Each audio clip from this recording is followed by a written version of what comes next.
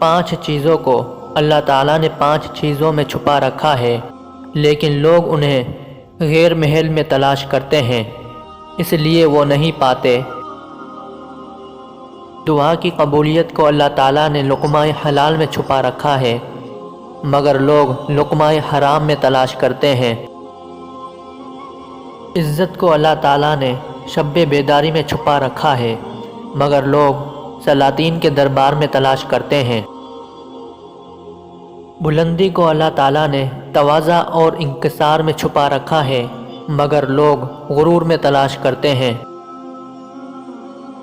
راحت کو اللہ تعالیٰ نے جنت میں چھپا رکھا ہے، مگر لوگ اسے دنیا میں تلاش کرتے ہیں۔